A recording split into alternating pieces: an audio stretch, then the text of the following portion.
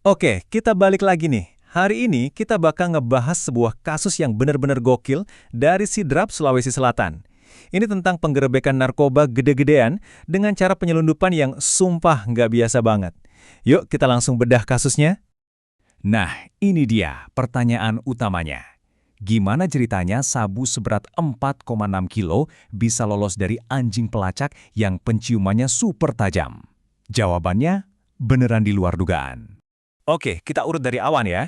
Sebenarnya apa sih yang ditemuin polisi di Sulawesi Selatan? Ternyata ini bukan cuma sekedar penangkapan biasa, tapi ini adalah gerbang buat ngebongkar jaringan internasional. Jadi, semuanya itu berawal di Kabupaten Sidrap. Polisi di sana berhasil menghentikan sebuah pengiriman. Awalnya mungkin dikira biasa aja, tapi ternyata ini adalah puncak dari gunung es sebuah operasi raksasa. Coba dilihat angkanya, 4,6 kilogram.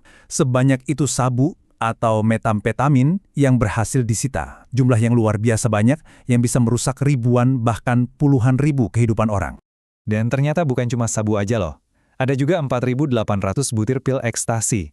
Ini udah jadi bukti seberapa masif dan beragamnya operasi yang dijalankan jaringan ini. Nah, ini dia bagian yang paling bikin geleng-geleng kepala. Gimana caranya mereka nyembunyiin semua barang bukti ini? Mereka pakai taktik yang cerdik banget, memanfaatkan sesuatu yang gak bakal kita sangka-sangka. Dan ini dia prosesnya, simple tapi jenius. Jadi mereka bungkus rapi narkobanya, terus ikan seger itu dibersihin isi perutnya, baru deh paketnya diselipin ke dalam. Kalau dilihat dari luar, ya cuma kelihatan kayak kiriwan ikan segar biasa. Nah, ini dia penjelasannya, langsung dari Kapolda Sulsel.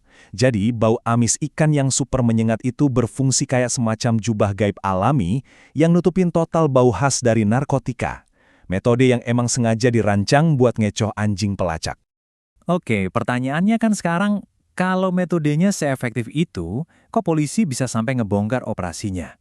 Jawabannya ada di kerja investigasi yang super teliti dan pastinya nggak kena lelah. Jadi gini, semua ini kebongkar dari penangkapan yang kelihatannya lebih kecil. 4 orang diciduk bawah ribuan pil ekstasi. Tapi polisi nggak berhenti di situ. Mereka terus kembangin kasusnya, ngikutin jejak sampai ke kabupaten tetangga, yaitu Pinrang. Dan di sanalah mereka akhirnya nangkep pemain utamanya, inisialnya HN, beserta barang bukti utama, sabu seberat 4,6 kilogram. Sekarang yuk kita coba lihat nilainya. Biar kita benar-benar paham segede apa skala operasi penyelundupan ini sebenarnya.